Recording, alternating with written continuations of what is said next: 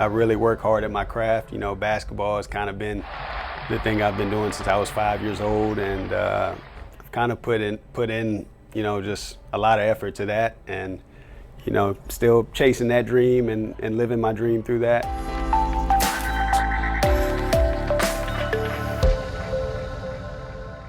Hoover's a suburb outside of Birmingham, and it's definitely football nation. You know, when my family first got here, they said basketball was like non-existent almost. Like it was all football and baseball really. So yeah, you know, it was different growing up in a basketball family in a football town. You know, it just wasn't the cool thing to do.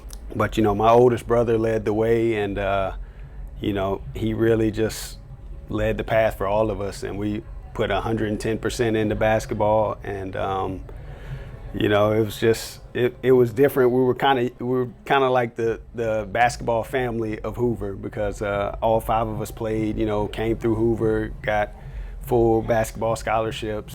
Now Hoover is somewhat of a, you know, basketball, you know, town too. Not like football, of course, but you know, we've won a state title since then, and you know, it's come a long way.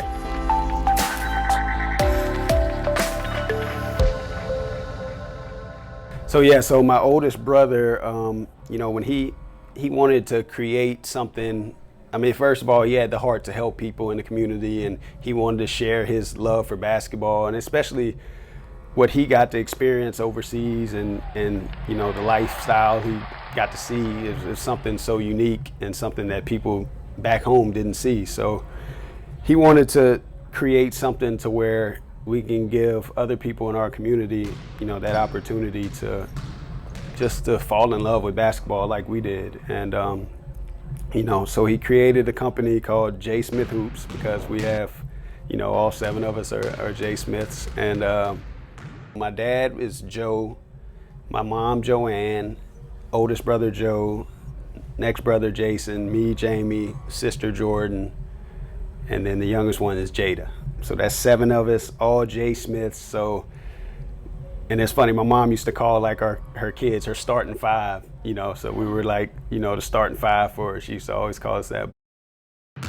You know, and he created it in mind to, you know, help the community, and, you know, make the community fall in love with basketball, and try to, you know, share that love that we had with it. And then at the same time, it was like he was creating something for us to kind of stay together as a family, you know, and us to always be in the gym together. And you know, as we got old enough, you know, we were all working in the company, training kids and stuff like that. So there would be times where, you know, all 5 of us are in a gym, and we're training kids at the same time, and you know, it's just a cool thing to be able to do that. And you know, and he didn't want us to have to go get jobs. You know, a lot of people in high school, and you know, have to go get jobs, and it kind of can distract you from your craft, your basketball and stuff. So he wanted to make this company for us to, you know, make a little money on the side, whatever, but we could stay around basketball too, and be in the gym all the time, and you know, sharing our knowledge and stuff like that.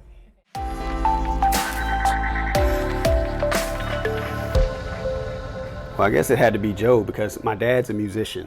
He's, you know, his band back in the day was Chocolate Milk, and you know, they used to have the big afros and stuff like that. And you know, they were really big in New Orleans. You know, if you go to New Orleans right now and ask the older person, do you know about Chocolate Milk?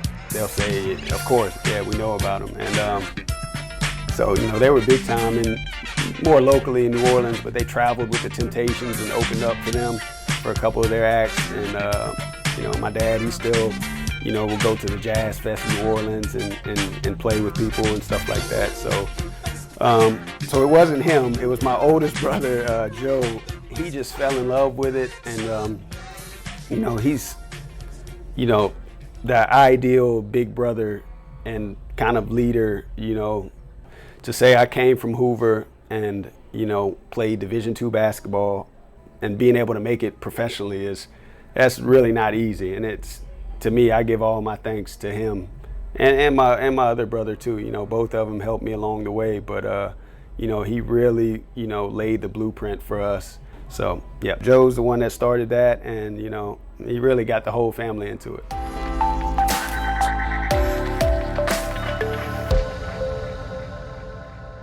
So when I went to Argentina, you know, and that situation happened, it wasn't anything like I had pictured. You know, I was picturing, you know, how my brother was in Italy, and you know, I went to see my other brother in Portugal, and it was all cool and smooth sailing for them. So when I got over there, I was thinking that, you know, it would be the same for me. It was just like, okay, I'm ready for this. You know, I've seen it all. I've visited 3 or 4 times. This is gonna be a breeze. But you know, when I got over there, it was just the only way I could talk to my family was there was like a cafe or something like 20 minutes from where my apartment was. And so after practice, you know, I didn't have TV to play my video games or do anything. So I would just walk to this cafe and just sit there until they closed. I think they closed at like midnight. And I was just talking to all my friends back home and talking to everybody, just catching up.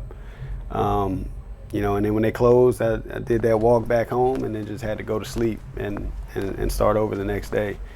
Long story short, you know, after the last game we played, preseason game, you know, we get back, we take the bus back home, and when I get off the bus, they call me in a room, and you know, it's like 3 people in there, the management and all kind of stuff, and a translator because the coaches didn't speak English, and you know, they just told me that basically they're cutting me and there's another American here to replace me. So I'm just, you know, I was just like, wait, what's going on? Like, I didn't understand why or how or what was going on. So, you know, when that set in, it was kind of tough for me because I didn't have any offers from anywhere. I was, you know, the summer after my college, my last season, I didn't even like sniff an offer from anywhere. So, and I got the Argentina offer on Facebook. It was a Facebook agent wrote me and, you know, said, hey, you want to come play in Argentina? So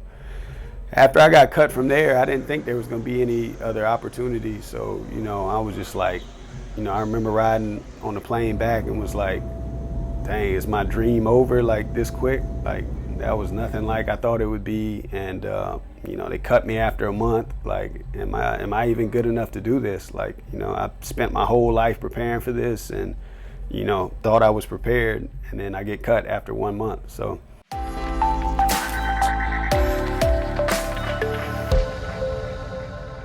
I really didn't have one, you know. I remember being like really upset. I mean, I thought it might have been over. I do remember I started thinking about like what's next. Like, should I try to get into coaching? And I remember I started like, you know, looking stuff up online, like what kind of different type of work could I do? And but then I remember thinking like, you know, this has been my dream for this long, and it's like, you know, I remember seeing a quote. It was like, how cheap is your dream? You know, if I would have just stopped there, then it's like, it didn't mean much to me. So, you know, I knew I would keep going and grinding it out. And, you know, I'm glad I did because it really took off after that.